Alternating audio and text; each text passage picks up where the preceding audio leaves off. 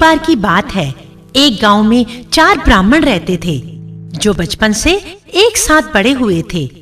3 तो उनमें से पढ़ने लिखने में लगे रहते थे और चौथा, जिसका नाम बिरजू था, उसको पढ़ने लिखने का बिल्कुल शौक नहीं था। एक दिन वो तीनों इकट्ठे हुए। उनमें से एक बोला, क्यों ना हम शहर की ओर जाकर अपनी किस्मत चमकाएं। जो कुछ किताबों में पढ़कर ज्ञान हमने प्राप्त किया है, उसका कोई लाभ हमें गांव में नहीं मिल सकता। बात तो तुम ठीक कर रहे हो, पर हम अपने चौथे मित्र बिरजू को साथ नहीं लेके जाएंगे। वो तो नीरा गवार है, हम पर वो बोझ ही होगा। ये बात तो ठीक है, उसे कुछ आता जाता तो है नहीं, परंतु हमारा बचपन साथ साथ गुजरा है। हम उसे यहाँ छोड़ भी तो नहीं सकते। चाहे जो हो, उसे ले चलते हैं। जो हम कमाएंगे उसमें से कुछ उसे दे दिया करेंगे। ठीक है, जैसी तुम्हारी मर्जी। इस तरह वो चारों शहर की ओर चल दिए, पर रास्ता एक जंगल से होकर गुजरता था। जब वो चारों जंगल के भीतर कुछ दूर तक पहुंच गए कि अचानक उन्हें हड्डियों का एक ढांचा दिखाई दिया।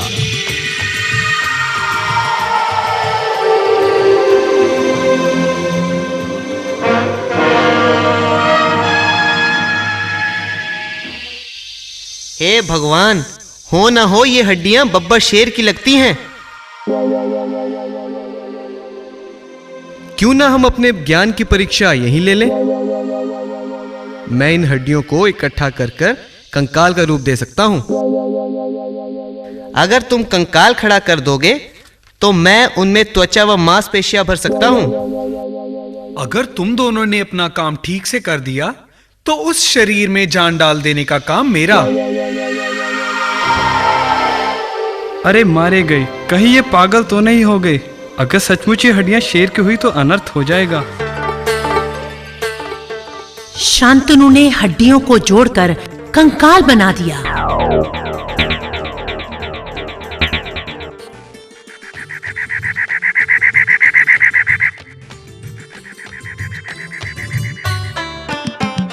देखा, मैंने कहा था ना कि ये हड्डियां शेर की ही हैं।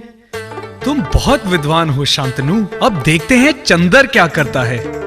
अब मुझे भी तो अपना काम करने दो। देखो मैं इसमें कैसे त्वचा व मांसपेशियां भरता हूं।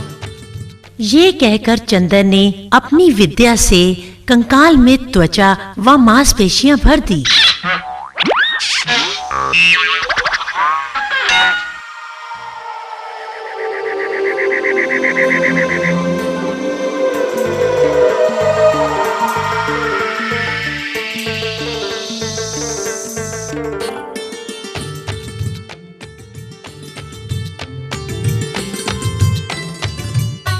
बिरजू, क्या तुम्हें अब नहीं लगता कि तुम्हें भी पढ़ना चाहिए था?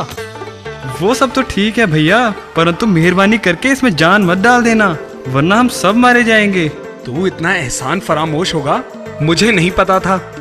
जानते हो, तुम्हें अपने साथ लेकर चलने के लिए मैंने ही इन्हें मनाया था। लेकिन कुछ नहीं। अब जब मेरी बारी आई अपना ज्ञान दिखाने की, तो तू मुझे रोकना चाहता है। तो ठीक है, जैसी तुम्हारी मर्जी, परंतु मुझे पहले पेड़ पर चढ़ तो लेने दो। जा जा डरपोक जा। बिरजू लपक कर पेड़ पर चढ़ गया।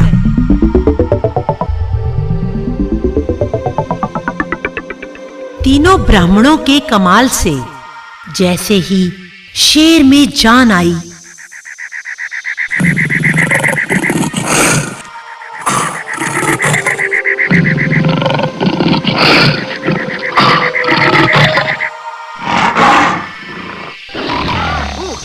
वो तीनों को मारकर खा गया।